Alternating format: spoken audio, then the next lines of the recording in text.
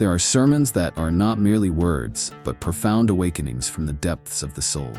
Fulton Sheen, with his sharp intellect and heartfelt passion, delivers a timeless message, a call inviting us to reflect on ourselves, confront the anxieties and disorders of life, and seek what truly matters.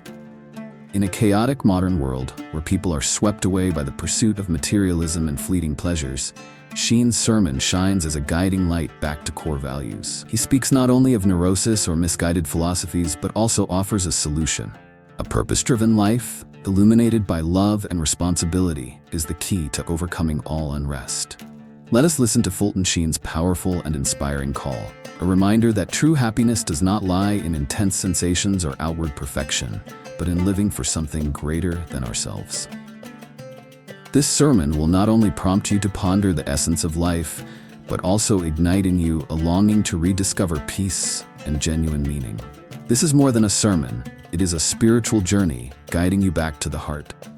Fulton Sheen begins by leading us back to a time when neuroses were not merely issues of material conditions or external circumstances, but the result of a wounded heart, a soul torn apart by sin.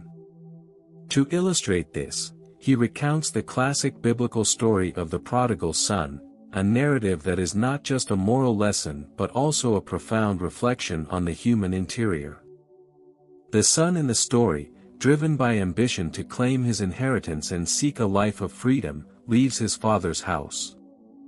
This departure is not merely geographical, it symbolizes the breaking of the most fundamental relationships, his connection with love, family, and even himself. Immersed in a foreign world, his human dignity is degraded to the point of tending pigs, a poignant image representing profound loss of self-worth. Yet, it is in the depths of despair, amidst hunger and humiliation, that he comes to himself, a pivotal moment that Sheen emphasizes as a turning point in the human soul. He came to his senses, as the biblical phrase powerfully states, underscores that restoration cannot come from the outside but must originate within. It is then that the son decides to return to his father's house, not with the pride he initially carried but with deep humility and sincere repentance. Fulton Sheen analyzes that, in this era, guilt should not be viewed as the negative burden we often perceive it to be. Instead, it is a healing tool, a reminder that one has wounded a sacred love, the love between themselves and God, the love of family, and the love of self. Sin, he explains, is not merely a wrongful act but a severing of ties with something higher. The image of the cross, according to Sheen, is the ultimate symbol of wounded love. Yet, from this very wound, love can be restored, just as the father in the story opens his arms to embrace the returning son. Sheen also highlights that, in classical society, people were unafraid to confront their sins. They recognized their mistakes, accepted the consequences, and used the sense of guilt as a driving force to repair and renew their lives. This, he argues, is why the neuroses of that time, while prevalent, were not as destructive as the modern disorders we face today. They were not merely psychological issues but opportunities to rediscover love and the meaning of life. Through this interpretation, Fulton Sheen not only sheds light on the profound meaning of classical neuroses but also skillfully guides listeners to a crucial question: have we today lost the ability to face our sins and re-establish our sacred relationships? After vividly portraying the nature of classical neuroses, Fulton Sheen delves into the significant shift in the essence of modern neuroses. According to him, this change is not merely about symptoms but reflects a profound transformation in how humans perceive their value and the world around them. If classical neuroses stemmed from guilt and broken relationships with love, modern neuroses revolve around the obsessions with wealth and health. The material obsession. Sheen begins by highlighting how material anxiety has infiltrated every aspect of life. Today, people are no longer deeply concerned about sin or morality. Instead, They are gripped by fear of losing their possessions or a decline in their personal health. He emphasizes that modern society has constructed a new religion, where money and physical perfection have become the deities people worship. The obsession with wealth. Sheen describes modern culture as a society obsessed with riches, where individuals are constantly worried about keeping up with the Joneses. He humorously states, the history of America could be written through its depressions, recessions, and panics. A depression is when you tighten your belt, a recession is when you have no belt left, and a panic is when you lose your pants. This witty yet sharp observation not only sheds light on societal instability but also exposes how we have allowed money to dominate our spiritual lives. Financial worries, such as losing a job, reduced income, or inability to maintain social status, have become a primary source of neuroses for modern individuals. However, Sheen does not criticize the pursuit of wealth itself but warns that placing one's self-worth in possessions leads to emptiness and insecurity. The worship of health and appearance. In addition to wealth, Sheen also highlights the growing obsession with health and appearance in modern society. He cleverly critiques advertisements, where even the smallest human insecurities, such as unkempt hair or bad breath, are exaggerated into crises. Personal care products are depicted as miracle cures capable of mending all broken relationships. Sheen paints a humorous picture. A young man unable to attract a girlfriend due to messy hair suddenly finds himself surrounded by women after using a miraculous shampoo.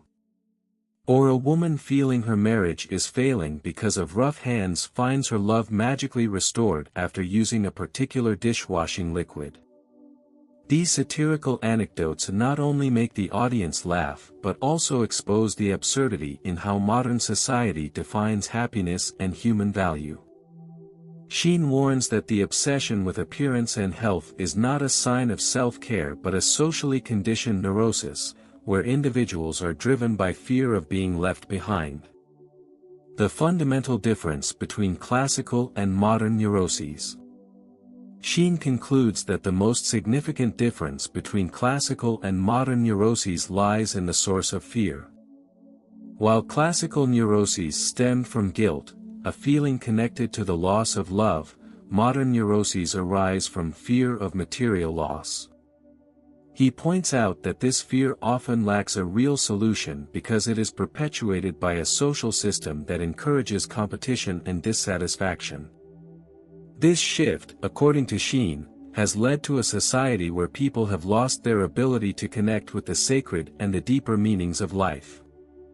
Instead of seeking harmony with God, family, and self, they are caught in a whirlwind of material insecurity and personal image concerns. A call to rediscover eternal values. This part of Sheen's analysis not only highlights the differences between types of neuroses but also raises a critical question: are we trading eternal values for fleeting pursuits? Through detailed analysis and vivid illustrations, Fulton Sheen not only diagnoses the issue but also inspires in his listeners a desire to rediscover authentic values. Fulton Sheen transitions his sermon from analyzing the symptoms of modern neuroses to a deeper subject: the flawed philosophy of life subtly governing today's society. He identifies this philosophy as the root cause of the spiritual and moral instability of modern humanity. Sheen asserts that this philosophy is built upon two main principles. Every experience is valid if it brings pleasure. The intensity of pleasure determines the value of the experience. He critiques this worldview, stating that it strips individuals of any moral standards or higher goals to evaluate their actions.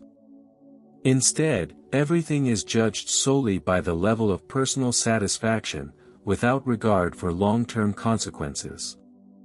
The first principle, pleasure, is the measure of all experiences. Sheen analyzes how this philosophy encourages people to pursue sheer pleasure, regardless of its rationality or morality. He provides a series of satirical yet incisive examples, from teenagers breaking school windows simply for fun, to thrill-seekers engaging in reckless behavior without any meaningful purpose. He emphasizes that this way of life undermines the fundamental principle of judgment, the need for an external standard to assess the value of an experience. Rather than considering consequences or purpose, modern individuals base their decisions purely on personal feelings. According to Sheen, this is a clear symptom of a society in decline. Sheen draws a parallel between this phenomenon and the degradation of modern art. He remarks, many modern paintings have no clear subject. You can't tell if it's a drunk man climbing stairs or the stairs climbing the drunk man. He also recalls a painting hung upside down in the White House, discovered only because of the artist's signature. These examples underscore that when society abandons standards, everything becomes chaotic and directionless. The second principle, the intensity of pleasure, determines the value of the experience. According to Sheen, the second principle of this flawed philosophy is even more dangerous. It suggests that the value of an experience is not only based on the pleasure it provides but also on the intensity of that pleasure. He likens this to a never-ending race where individuals constantly seek stronger, more profound sensations, regardless of the consequences. Sheen provides shocking examples to illustrate this point. He recounts a mother in America who killed her child with broken glass to feel a stronger emotion. He also cites Madame Koch, a Nazi criminal, who crafted lampshades from the skin of Jewish victims. While these actions might have produced intense emotional experiences, they are patently irrational and morally abhorrent. Sheen challenges his listeners, if we judge everything by personal feelings, how can we condemn atrocities like those of Hitler? A deep critique, the decay of a standardless society. Sheen concludes that both principles reflect a severe moral and intellectual decline in modern society. He explains that sound judgment requires three elements: the subject, the individual experiencing something; the object, an external goal or standard; the relationship between the two. When society eliminates the object, the external standard, judgment becomes entirely subjective. This leads to chaos, where "I feel it's right" becomes sufficient justification for any action, no matter how irrational or evil. Sheen warns that a society that glorifies the self, I, is destined to self-destruct. He provides a memorable analogy from dining. When someone orders eggs in a restaurant and receives rotten ones, they may complain that the eggs don't meet the standard. But if every experience is judged solely by subjective feelings, why can't the chef retort, if you don't like it, give it to someone with better taste? This example underscores the necessity of objective standards to maintain balance and fairness in society. The impact on youth, a lost generation. Sheen highlights the philosophy's devastating impact on young people, who are especially prone to impulsive behaviors and short-term pleasures. He shares alarming statistics: 25% of psychiatric patients in the U.S. are teenagers, many of whom are affected by the philosophy of "all pleasure is right."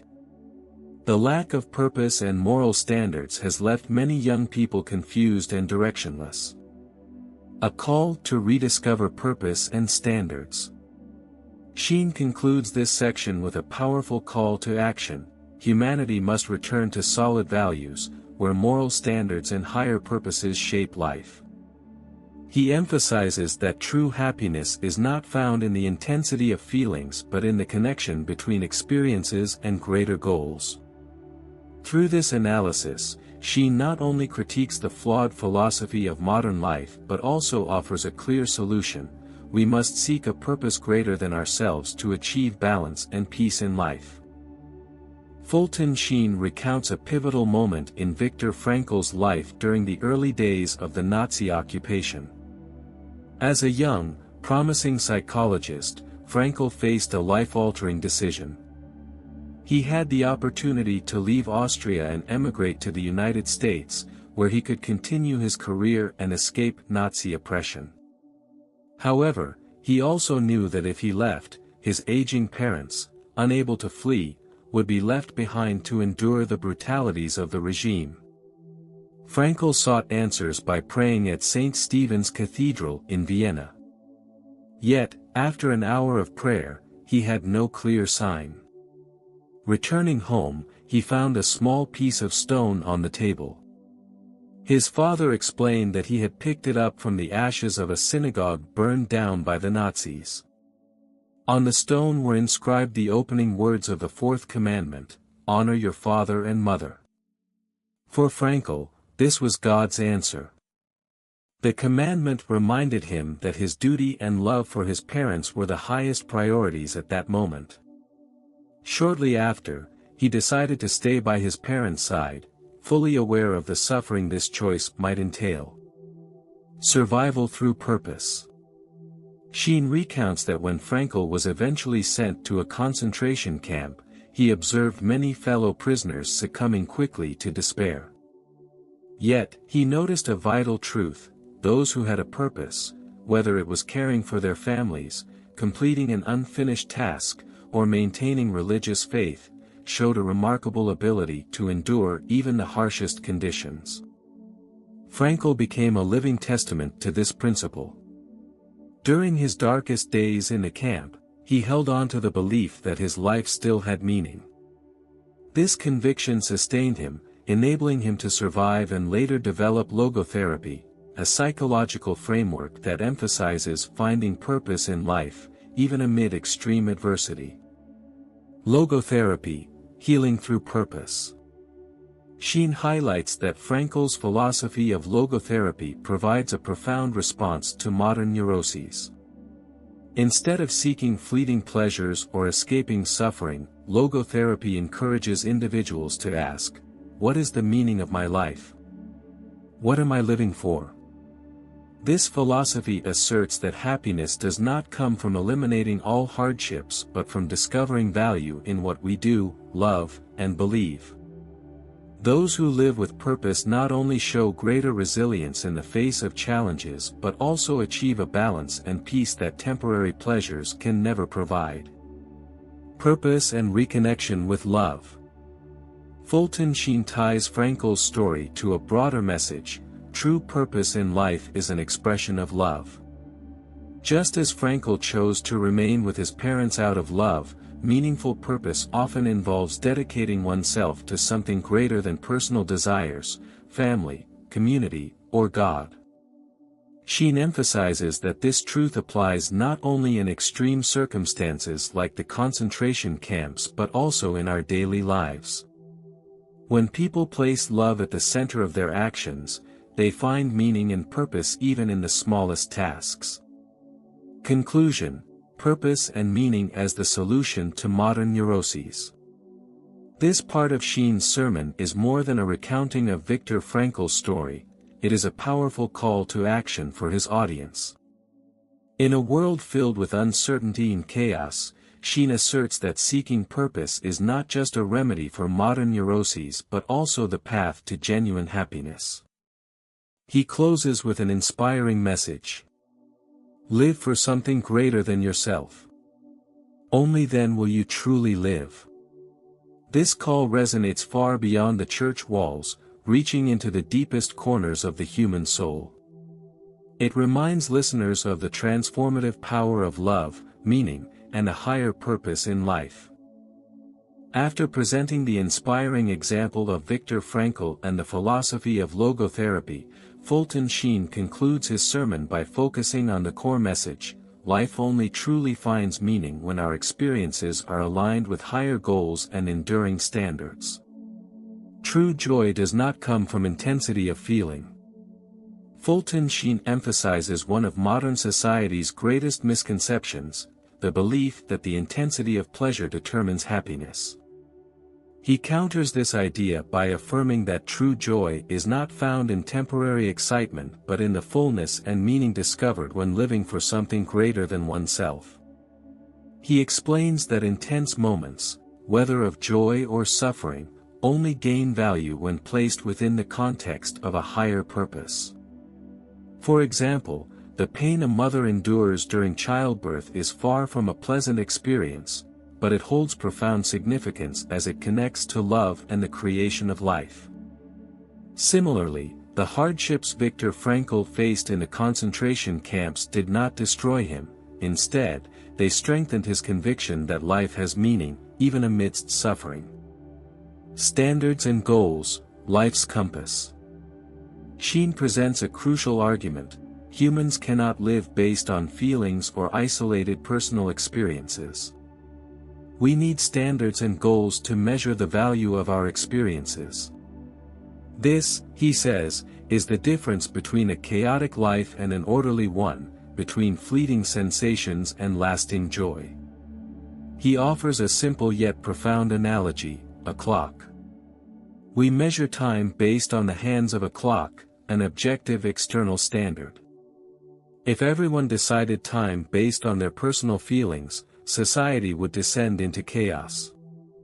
Similarly, every decision and experience in life must be measured against higher goals and values, not merely subjective feelings. A society needs moral standards. Fulton Sheen warns that abandoning moral standards and higher goals not only causes personal neuroses but also leads to societal decay. He observes that when individuals rely solely on feelings and pleasure to guide their lives, society becomes chaotic, a place where anything is acceptable as long as it brings short-term satisfaction. He remarks poignantly, "If we eliminate all external standards, how can we condemn wrongdoing? If 'I feel it's right' is enough, then both Hitler and the mother who killed her child with broken glass could justify their actions." Sheen argues that a strong society must be built on shared moral values, principles that transcend personal desires and emotions. These are not just essential for stability but also form the foundation of true happiness. The connection between experiences and higher goals. Sheen concludes that to live a fulfilled life, each person must connect their daily experiences to a higher purpose. This not only gives meaning to achievements but also helps individuals face suffering with resilience. Experiences, whether big or small, only hold real value when they contribute to a larger picture, a picture of love, responsibility, and contributing to something greater than oneself. Final call: the journey to meaning. Fulton Sheen closes his sermon with an inspiring exhortation. Anchor your life to a purpose greater than yourself. Live for something timeless, and you will find true happiness. He underscores that in this world of chaos and uncertainty, we do not need more intense experiences, we need clearer direction. Each person must ask themselves, what am I living for? What does this experience mean for my ultimate goal? Sheen's call is not merely a personal challenge but a wake-up call for society as a whole. He reminds us that true human prosperity lies not in possession or sensation but in the connection between daily life and timeless values.